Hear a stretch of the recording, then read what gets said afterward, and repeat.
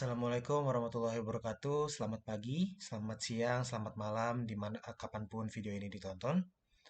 Yang terhormat Bapak Suprima sebagai dosen dari mata kuliah agama Islam Ilmu Komunikasi UPN Veteran Jakarta. Kemudian teman-teman semua yang menonton. Ya, saya Bintang Rehandani Suryatin dengan NIM 21104111249. Pada kesempatan kali ini, untuk memenuhi tugas yang diberikan oleh Pak Suprima, saya akan mempresentasikan atau memaparkan sedikit pengetahuan saya tentang salah satu materi dari agama Islam yang berjudul Pendidikan Anti Korupsi dalam Ajaran Agama Islam. Ya, tanpa banyak basa-basi, langsung saja ke materi pertama.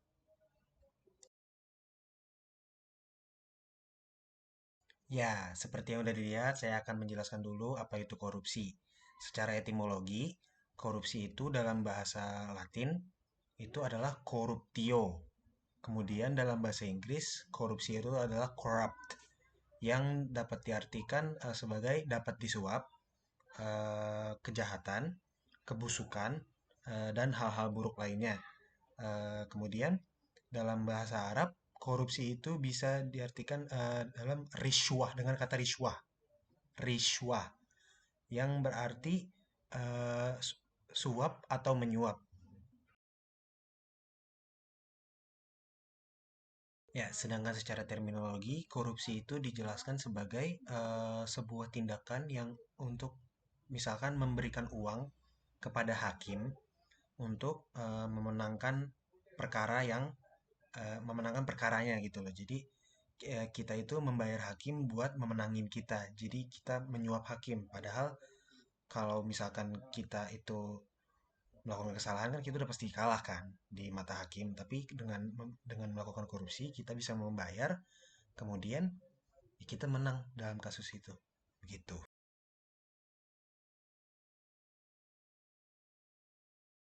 Ya, untuk landasan hukumnya sendiri, para ulama sudah menyetujui bahwa korupsi itu merupakan tindakan yang haram, bahkan menyebabkan dosa yang besar, seperti yang disebutkan dalam Quran surat Al-Maidah ayat 42, yang artinya dibunyikan sebagai berikut.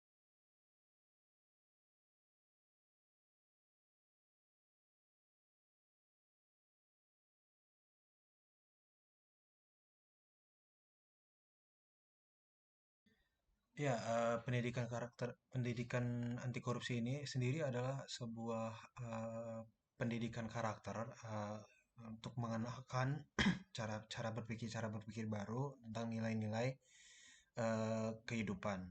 Dan pentingnya pendidikan anti korupsi ini adalah ya nantinya untuk mencegah adanya eh, bibit-bibit eh, calon pemimpin masa depan yang eh, takutnya nanti terjerumus ke dalam korupsi. Jadi eh, pendidikan anti korupsi ini sangat penting untuk mencegah adanya hal tersebut.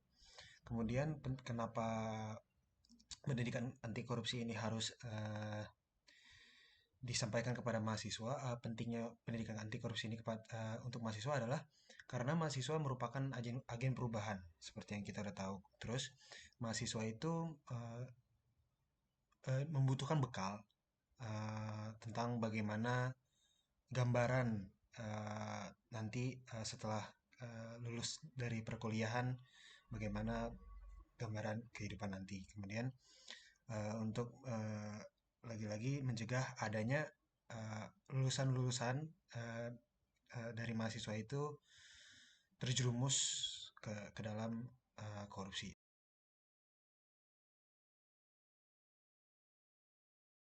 Ya, untuk pendidikan moral anti korupsi ini eh,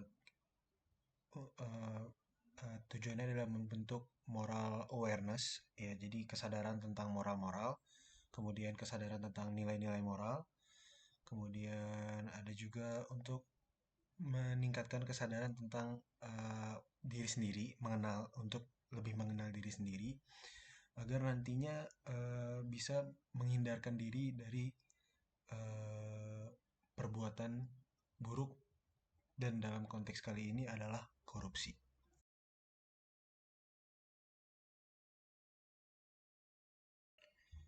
Ya, untuk motif dan alasan korupsi itu, kenapa orang melakukan korupsi itu sendiri ada beberapa faktor. Faktor yang pertama itu mungkin adalah faktor kebutuhan. Tapi menurut saya, orang yang melakukan korupsi itu adalah orang yang eh, bukan berdasarkan kebutuhan, tetapi lebih ke kemauan. Kemauan untuk memperoleh sesuatu, tetapi tidak memiliki kemampuan untuk memperoleh tersebut, jadi dia melakukan korupsi. Kemudian yang kedua ada pressure, mungkin tekanan, ya bisa jadi tekanan dari luar, tekanan dari keluarga, kerabat, segala macamnya. Kemudian korupsi tidak akan terjadi jika tidak ada opportunity atau tidak ada kesempatan. Udah pasti orang yang melakukan korupsi itu dia melihat sebuah kesempatan dan dia memanfaatkannya. Ya, walaupun memanfaatkannya dengan cara yang buruk. Kemudian rasionalisasi, untuk rasionalisasi sendiri mungkin ya nggak bisa terlalu dibilang rasionalisasi juga, karena kebanyakan orang yang korupsi itu menurut saya di dikuasai oleh keserakahannya sendiri. Jadi orang-orang yang berkorupsi itu serakah intinya.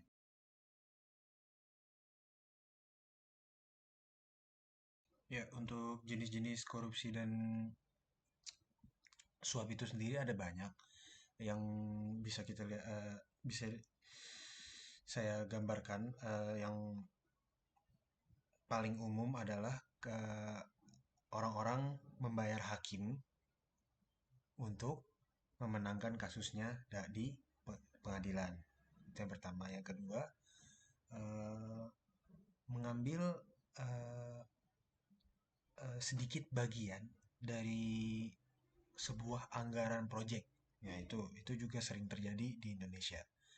Kemudian ada lagi menyuap menyuap mm, polisi ketika terjadi penilangan. Kemudian ada lagi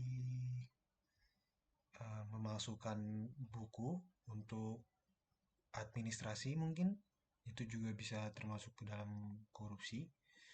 Dan sebenarnya masih banyak lagi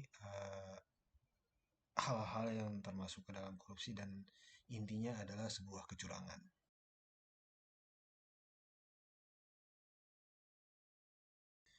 Ya, ciri-ciri dari korupsi itu sendiri yang pertama adalah korupsi merupakan hal yang selalu dilakukan secara keserbarahasiaan. Jadi dilakukan secara diam-diam, karena nggak mungkin kan korupsi terang-terangan, pasti mereka langsung terdeteksi dan akan langsung ditindak hukum.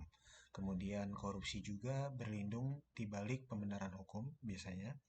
Kemudian dalam korupsi itu sudah pasti melibatkan lebih dari satu orang, karena ya seperti yang saya beri contoh tadi jenis-jenisnya kan semuanya itu melibatkan lebih dari satu orang.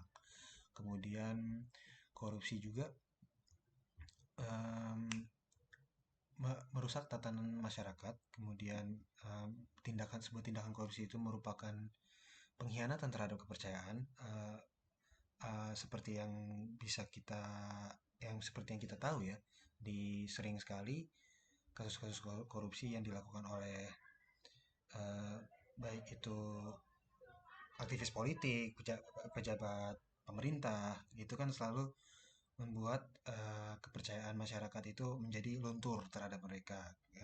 Apakah pejabat pemerintah kita sudah menjalankan tugasnya dengan baik? Apakah mereka melakukan korupsi? Apakah mereka melakukan tindakan yang buruk? Itu kan juga membuat kepercayaan masyarakat luntur. Kemudian sebuah tindakan korupsi itu sudah pasti merupakan sebuah tindakan yang curang, culas ya, dan menimbulkan dosa.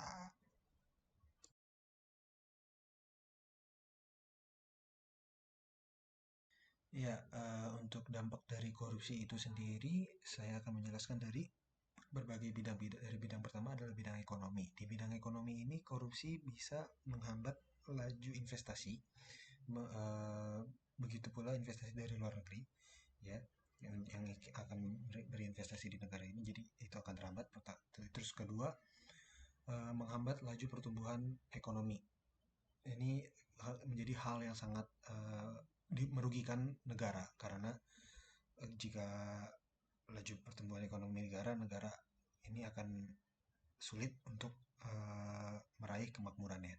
Kemudian yang ketiga terjadinya lebih banyak terjadinya kesenjangan antara yang kaya dan miskin. Jadi tingkat kemiskinan menjadi jauh lebih tinggi.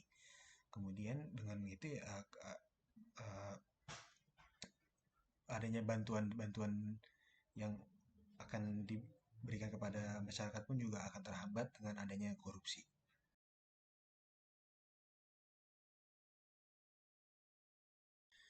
Ya, untuk di bidang terhadap masyarakat sendiri, dampak dari korupsi itu juga banyak ya. Yang pertama itu masyarakat harus membayar mahal untuk jasa pelayanan publik yang kualitasnya bisa dibilang em, rendah ya, karena terjadinya korupsi tadi. Jadi jasa pelayanan publik itu tidak bisa dimaksimalkan. Kemudian terjadinya penumpukan aset negara di suatu pihak. Itu udah pastilah ya, kalau ada korupsi itu udah pasti terjadi. Kemudian lagi-lagi infrastruktur yang dinikmati oleh rakyat dengan pajak yang dibayarkan tidak setimpal. Ya, jadi sangat merugikan masyarakat.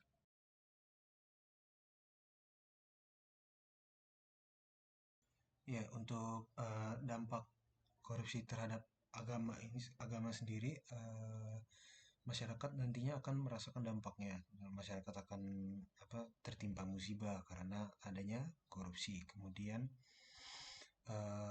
ya itu juga melanggar norma agama, ya, dan bisa juga nantinya terjadinya banyaknya kriminalitas dan meningkatnya angka kemiskinan. Padahal dalam agama diajarkan bahwa kita itu tidak boleh terpaksa miskin, tetapi lebih baik kita memilih hidup sederhana tetapi memiliki apa?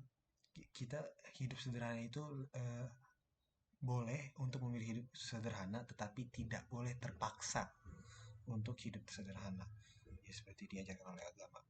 Ya intinya jadi jadi dari berbagai bidang dari dampak korupsi di berbagai bidang tadi kita bisa melihat ya dampak korupsi itu sangat luas di baik untuk negara, baik untuk individu, baik untuk agama juga. Jadi tindakan korupsi ini adalah tindakan tercela, tindakan yang tidak boleh untuk dilakukan, tindakan yang sangat buruk.